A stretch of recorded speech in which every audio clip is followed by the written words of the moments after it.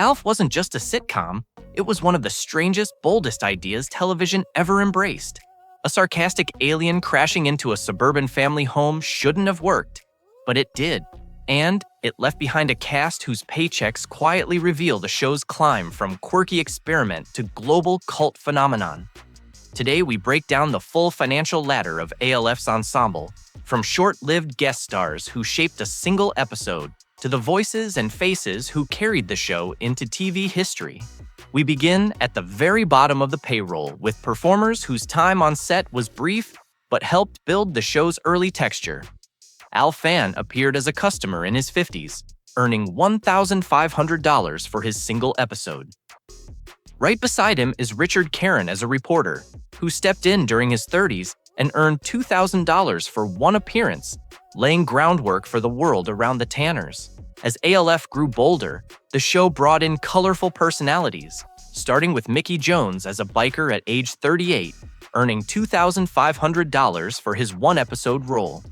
Parallel to him is Bob Fapa as Dr. Largent in his 40s, whose single-episode appearance earned him $3,000 and contributed to the show's rotating gallery of eccentric characters. The cast list edged upward with Tom Lacey, who portrayed Mr. Henderson in his 40s, earning $3,500 for his lone appearance. Joining him in this range is Ray Walston, who stepped in at 69 as the director, bringing gravitas and earning $5,000 for his brief but memorable role. Moving further along the pay ladder, Stephen Furst joined the show at 32 as Melvin, earning $5,000 for his single episode. Side by side with him is Robert Donner, who appeared as the sheriff at 57, earning $6,000 and bringing comedic weight to his moment on screen. A slight bump in earnings brings us to Michael Richards, who guest starred at age 37 as a neighbor, earning $7,000 for his appearance long before Seinfeld turned him into a household name. Along with him stands Jerry Adler as Dr. Rubin, stepping in at 57 and earning $7,500 for his one-episode performance. The next tier lifts us into stronger guest roles, beginning with Fran Ryan in her 60s as Mrs. Nell, earning $8,000 for her brief appearance. Alongside her is Barry Gordon, whose voice brought Rick to life at age 41, earning $10,000 for his vocal contribution. The show then welcomed Robert "Bullet" Davis, who filled various roles in his 30s, earning $10,000 per episode across two appearances. Sharing this range is Hamilton Camp as Skip, who joined at 55 and earned $12,000 for one memorable role, further expanding the show's chaotic alien-meet-human universe. The payroll continued to climb with Jerry Horan, who appeared as the alien in his 30s and earned $15,000 for a single appearance. Not far above him is Silas D. Thompson, who portrayed Jake Ochmanek in his 40s, earning $20,000 per episode across three appearances, becoming a recognizable presence next door.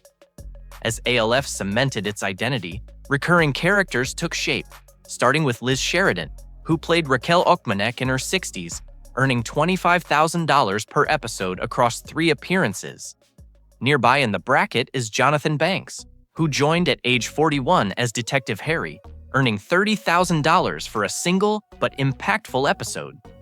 Further up the ranks, Fran Brill voiced Mrs. Ochmanek at age 38, earning $35,000 per episode across two appearances.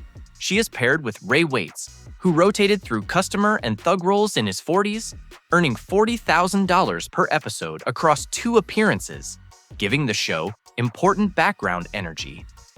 Approaching the show's higher brackets, Dan Warren provided the voices of various aliens during his 30s, earning $45,000 per episode across three episodes.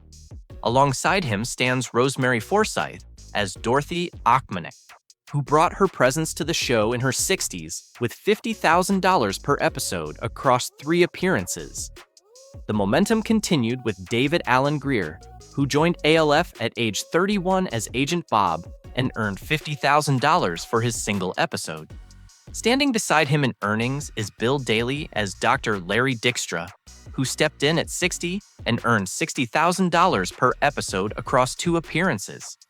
Now, we reached the central family members whose salaries reflected ALF's success.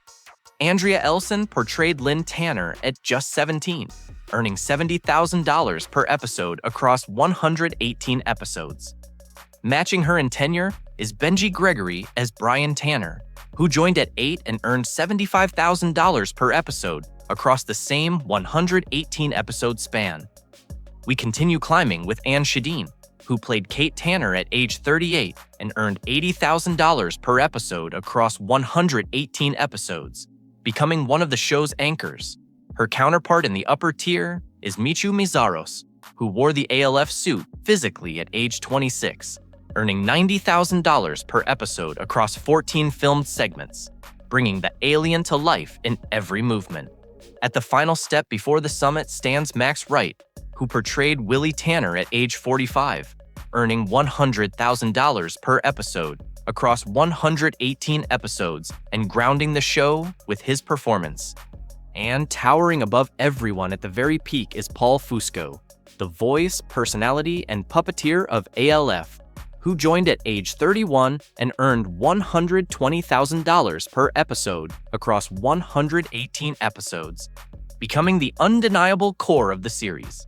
Thanks for joining us as we explored the paychecks behind one of television's strangest and most unforgettable ensembles. From background cameos to the voices and faces that define the show, every performer left a mark on ALF's legacy. If you enjoyed this financial deep dive, make sure to like, comment, and subscribe for more Hollywood breakdowns.